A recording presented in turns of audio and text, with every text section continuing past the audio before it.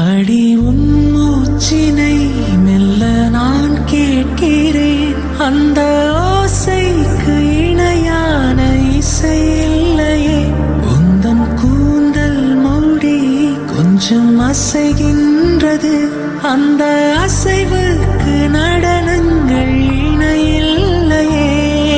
சிற்பம், கவிதை, ஓவியம் மூன்றும் சேரும் ஓரிடம் கண்டேன் பெண்ணே நான் உன்னிடம்.